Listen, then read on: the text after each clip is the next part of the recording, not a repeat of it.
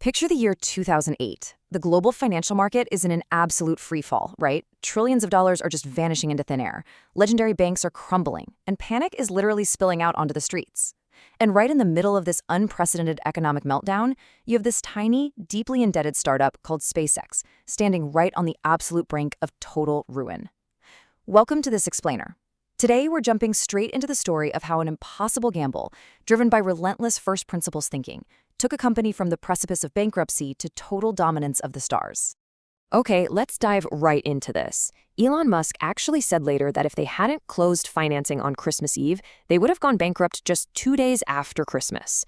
And look, that wasn't a metaphor. It was a terrifying reality. By late 2008, SpaceX had tried to launch their Falcon 1 rocket 3 separate times. And 3 separate times, those rockets exploded, turning millions of dollars into literally raining debris. The company was completely out of cash. Musk was scraping the bottom of his own personal bank accounts. If a miracle didn't happen by Christmas, that was it. The doors were closing forever.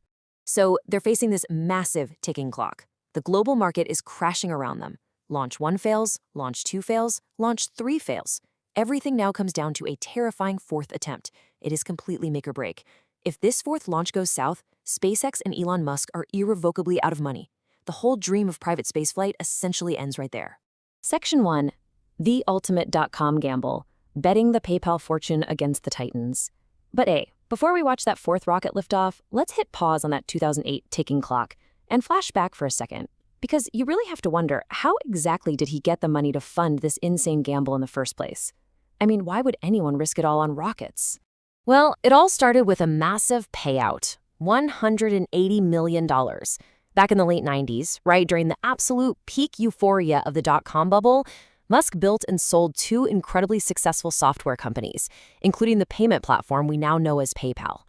When eBay bought PayPal, Musk walked away with $180 million after taxes. He literally could have just retired on a beach somewhere and have never worked another day in his life. But here is what's really fascinating. He didn't save a single dime for a rainy day. Not one. He took his entire fortune and split it into 3 notoriously ruthless industries. He put $100 million into a crazy space startup called SpaceX, $70 million into an unproven electric car company called Tesla, and $10 million into a solar company called SolarCity. He put absolutely every cent on the line. Talk about insane risk tolerance, right? And to really grasp the sheer absurdity of this, you have to look at the titans he was picking a fight with. In aerospace, he's going up against Lockheed Martin with their $42.7 billion in revenue, and Boeing with nearly $7 billion. These were deeply entrenched legacy giants. And here's Musk, a guy with absolutely no background and no degree in aerospace engineering. He was being widely mocked by industry experts. Even his childhood heroes, literally NASA Apollo astronauts, were publicly doubting his safety standards. He was the ultimate underdog. Section 2. Rejected by the Russians, the trip that forced a DIY rocket. So the actual catalyst that forced him to start building rockets from scratch, it didn't happen in Silicon Valley. It actually happened in Russia. In 2001, he was looking to jumpstart his Mars ambitions, so he took a trip to Moscow, just wanting to buy some decommissioned intercontinental ballistic missiles. And that meeting was a complete disaster. Musk walks in, right, and offers $8 million for rockets he hopes to eventually make reusable. The Russian officials literally mock him. They laugh at him, basically suggesting he might as well send his money to aliens. At first, they quote him $18 million for 3 rockets. But when he actually tries to negotiate, they just arbitrarily hike the price up to $21 million for just 1 rocket. It was pure arrogance. But you know what? That arrogance is exactly what birthed SpaceX. Musk walked out, realized he absolutely couldn't rely on the legacy industry, and decided he'd just have to figure out how to build the rockets himself. Section 3. The Genius Idiot Index. Redefining the cost of aerospace. Now, to actually survive building a rocket from scratch with limited funds, Musk had to completely rewrite the economics of aerospace. He came up with a core first principles framework that would honestly change the industry forever. He called it the Idiot Index. It's a pretty brilliant concept.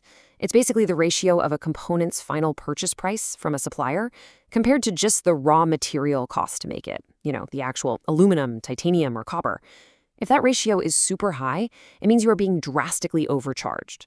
You're paying for layers of inefficiency, and you need to figure out how to just build that part in-house. Now, what's really interesting is how this applies in the real world, because the markups were staggering. Take a turbopump, which is a really critical engine component. The raw materials, the steel and aluminum, cost about $10,000. But those legacy aerospace suppliers, they were charging $200,000 for the finished part. That is a massive 20x markup. The legacy titans were just blindly writing checks for this stuff, but SpaceX flat out refused. And it honestly gets even more ridiculous. NASA policies had companies paying $1,500 for a single aerospace-grade latch. Well, when Musk found this out, he famously marched over to a hardware store, bought a standard $30 bathroom latch, slammed it on a table right in front of his engineers, and declared, totally deadpan, that it would secure a door in space just as well as it secured a bathroom door. He demanded they use it, and just like that, he saved the company over $1,400 per latch. You see the exact same thing later with the hull material for their massive Starship. Traditional aerospace wisdom said you absolutely had to use advanced carbon fiber, which runs a staggering $200 per kilogram. But SpaceX ran the numbers, applied that idiot index, and swapped over to industrial stainless steel. That dropped the cost to just $3 or $4 per kilogram. Slashing those costs across thousands of parts is exactly what kept them from tumbling off that 2008 bankruptcy cliff. Section 4. Mastering the reusable rocket. Stop throwing away millions. But here's the thing, just cutting raw material costs wasn't going to be enough. To truly survive and thrive, they had to fundamentally change the operational mechanics of how rockets actually fly. To really grasp this new economic model, think about a traditional $60 million rocket. The first stage, which is that massive booster with the main engines, costs up to $48 million just to build. The second stage and the payload fairings make up the rest of the cost. So the math here is painfully clear, right? The vast majority of your money is sitting right there in that first stage. So what were the legacy titans doing with that $48 million piece of hardware? They were literally letting it burn up in the atmosphere, or just crashing it into the ocean like discarded trash. I mean, imagine buying a multi-million-dollar Boeing 747, flying it from New York to London exactly one time, and then just tossing it into the Atlantic Ocean. That is literally how the aerospace industry operated for decades. No wonder space travel was so expensive. SpaceX looked at that and realized it was utter madness. So they designed their first stage to do the impossible. Detach, flip around in space, re-enter the Earth's atmosphere, and land perfectly vertical on land or on sea-based drone ships so it could fly again. They even attached parachutes to the fairings and started catching them with ships. The only part they actually throw away now is the second stage. By mastering that reusability, SpaceX slashed their launch costs down to a mind-blowing $6.7 million. Section 5. Dominating the aerospace industry, the ultimate payoff. All right, let's bring the narrative right back to where we started, September 28, 2008. The ticking clock has hit zero. The scrappy, deeply indebted Falcon 1 rocket makes its terrifying fourth launch attempt. And against absolutely all odds, it reaches orbit. That single successful launch proved their first principles engineering actually worked. It saved the company from bankruptcy, and it permanently changed history. And the ultimate payoff of that success is just staggering. Look at the cost to launch a single kilogram of payload into space. The legendary NASA space shuttle, that cost an astronomical $54,500 per kilo. The SpaceX Falcon 9, $2,720. SpaceX figured out how to do the exact same job at 1/20th of the cost. Because of that, NASA basically had no choice but to start handing them billions of dollars in commercial contracts. Because they could reuse their rockets, while all their competitors were stuck building new ones from scratch every single time. SpaceX ended up capturing an astonishing 60% of the entire global commercial launch market. They essentially hold a monopoly on the stars today, simply because they refuse to accept the old way of doing things. Just to put that dominance into perspective for a second, in 2023 alone, SpaceX launched 100 rockets. This isn't just scaling up. This is absolute total market domination, all achieved by relentless cost-cutting and innovation. In fact, their engineering has surpassed the legacy titans so completely that when a competing Boeing spacecraft recently ran into severe issues, it was SpaceX who actually got the call to rescue the stranded crew. How crazy is that? Which brings us perfectly to this summary quote from Steve Jobs. Those who are crazy enough to think they can change the world are the ones who do.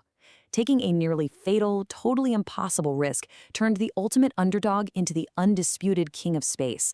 While the legacy giants were just resting on their laurels and cashing their massive government contracts, SpaceX looked at the raw materials, applied the idiot index, and literally built a future that no one else thought was even possible. So I want to leave you with this final thought. If a guy with zero aerospace background could use a hardware store bathroom latch and the idiot index to completely disrupt the untouchable, heavily funded aerospace titans, look around you. Which stagnant, overpriced, deeply entrenched industry is just waiting to be revolutionized next? Think about it. Thanks for joining me for this explainer, and I'll catch you guys next time.